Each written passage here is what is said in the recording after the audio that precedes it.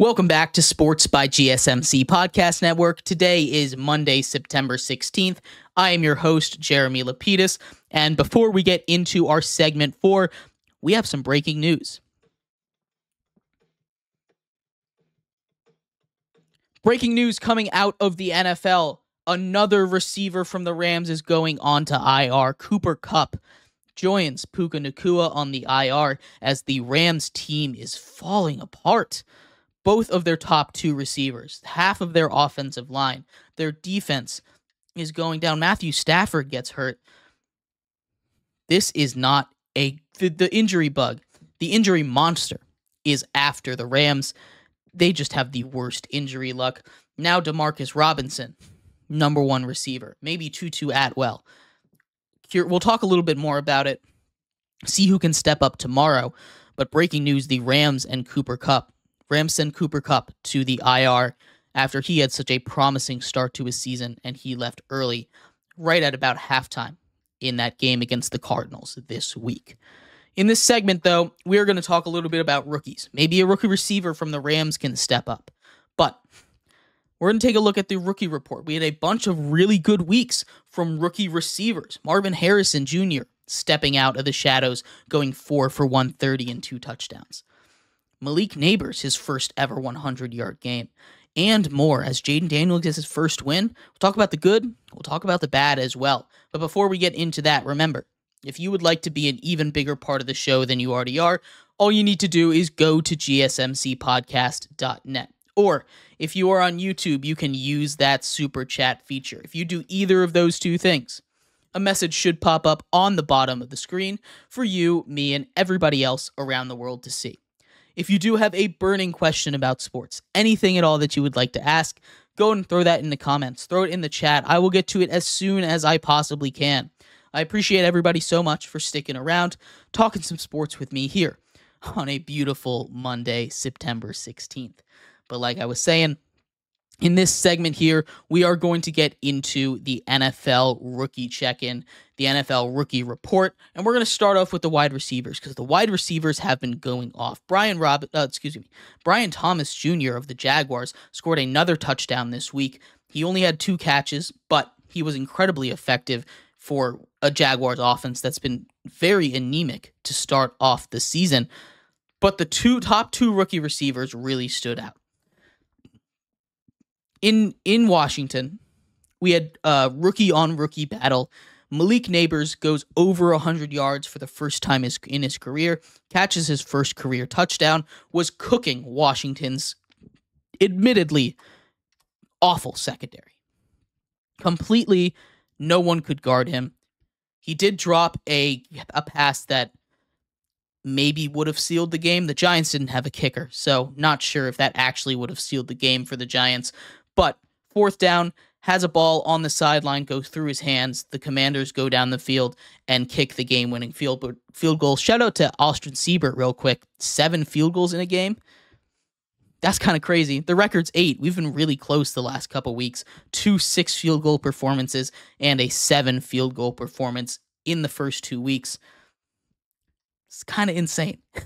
But regardless, the Giants and Malik Neighbors is going to be special, especially if the Giants are able to put another threat so he's not double and triple covered all the time. The way he can get open, the way that he's shifty in the field, being able to break long gains on short passes, the Giants should be able to use him very creatively. He looked awesome. Another fellow rookie receiver that went off I talked about in the intro, Marvin Harrison Jr., after a very quiet week 1 catch for 4 yards, goes off. And it was all in the first quarter. 4 catches, 130 yards, 2 touchdowns. And I know some people are going to be a little concerned that he didn't have any cover. He didn't have anything else after the first 2 quarters, but the Cardinals were up by 30 the rest of the game. They weren't throwing it, airing it out like that. So not too much to be concerned about. Marvin Harrison shows up in a big way, makes up for his week 1 performance. Kyler Murray, that connection with Marvin Harrison is going to be deadly, especially if they keep feeding him the ball. He only had 5 targets, so he's not that super number 1 option. But again, They weren't throwing the ball like that after the first quarter, after the first half, especially because they were up by so much against a very injury-depleted Rams team. But getting to the quarterbacks here. Excuse me, sorry about that. Getting to the quarterbacks here. We have 1 okay, 2 bad. Jaden Daniels in Washington gets his first win. He didn't score a single touchdown. Led 7 drives total. All of them ended in field goals. 6 of them he was able to get the Commanders down to the red zone. In none of them were they able to convert.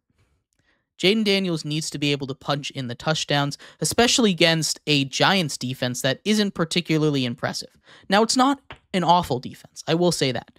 They have some guys, they have some names, but this is a Commanders team that ran about 30, I'm exaggerating here, but ran too many screen passes.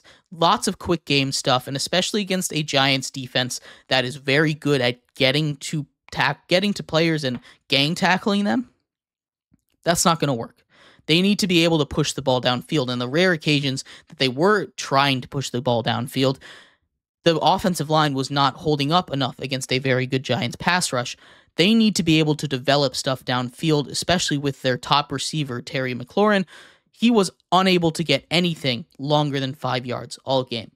Jaden Daniels did his thing. He did a very, very good job taking what was given to him, listening to the play calls, driving his team down the field, engineering a game-winning drive. That's all you can expect out of a rookie quarterback in his first ever home game. He did a great job. But you want to see more. He's a guy that is coming off of Rookie of the Week honors in Week 1, where he was just the best rookie quarterback. I don't expect him to win against this week. I expect that to go to Marvin Harrison. But still, we take a look at what he's doing with the rest, considering the rest of his quarterback in Patriots, and he is head and shoulders above the rest of them.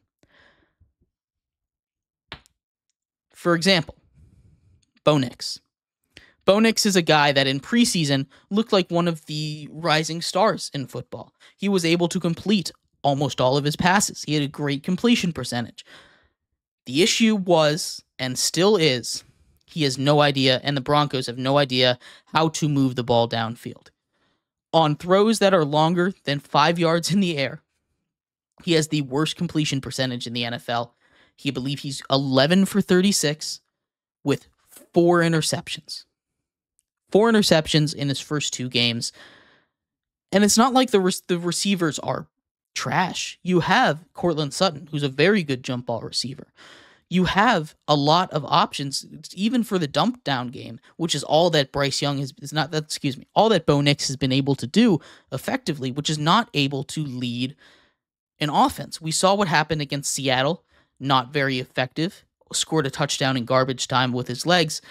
We saw what happened this week against the Steelers, and to call that anything but atrocious. I mean, the Steelers have a great defense. I know that. Everyone knows that. TJ Watt is a difference maker, a havoc causer, someone that you don't want to see lined up against you if you are a quarterback. But Bo Nix needs to be better at throwing the ball even 5 yards down the field. I brought out the 10-yard stat, but 5 yards, you can't even get it halfway to the sticks on first down. It's really disappointing. It really is. You're supposed to have an offensive genius at head coach in Sean Payton, but he's been incredibly conservative. We talked about it when we talked about the Saints. He's been incredibly conservative for the last few years of his career, and that isn't changing with Bo Nix. Whether that's what he expected out of Bo Nix or it's because all Bo Nix can do, it needs to change. Bo Nix needs to have the ability to throw the ball downfield. Otherwise, you're not going to win games. Maybe you turn to a guy like Jarrett Stidham. Maybe you turn to a guy like Zach Wilson, who at least at a minimum have the ability to push the ball downfield. And I'm not saying you need to make that change now.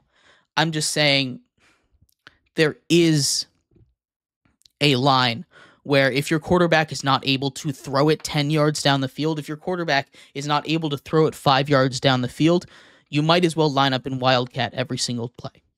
You might as well not even have a quarterback on the field, because I bet you could have a running back that could run a couple screen passes. You know, But you need to have a quarterback that can threaten the ball down the field, open up those running lanes so the offense can be effective.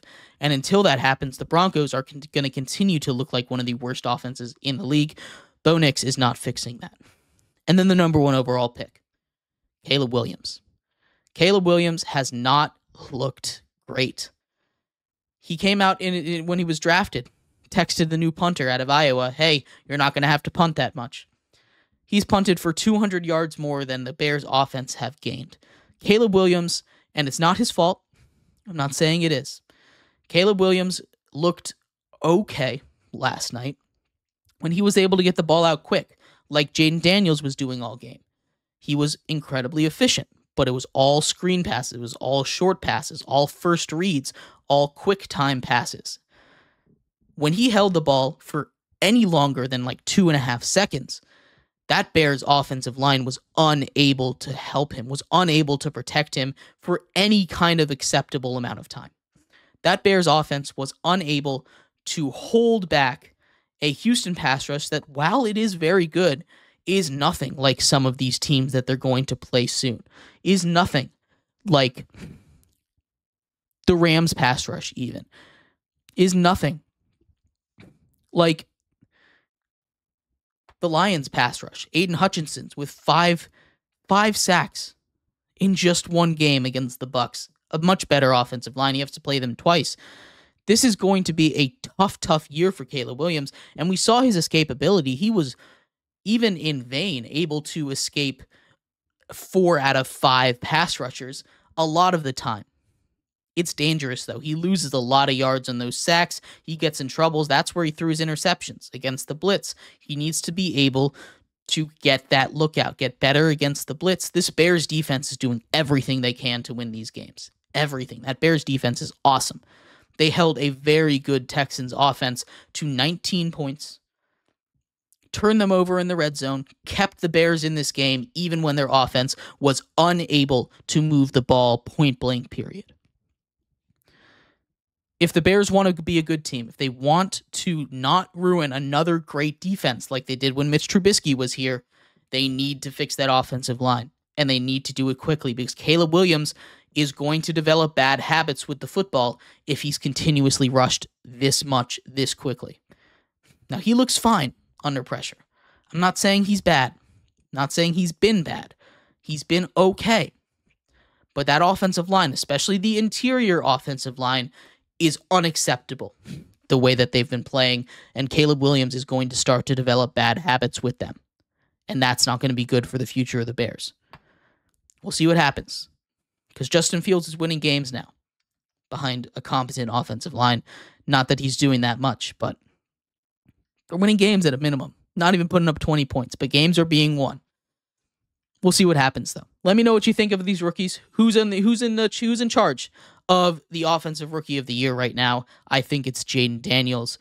Maybe it's even one of those receivers. But again, let me know what you think. We're going to take a quick break here. When we come back, we're going to preview Monday Night Football between the Philadelphia Eagles and the Atlanta Falcons. So stick around for that. We'll be right back here on Sports by GSMC Podcast Network.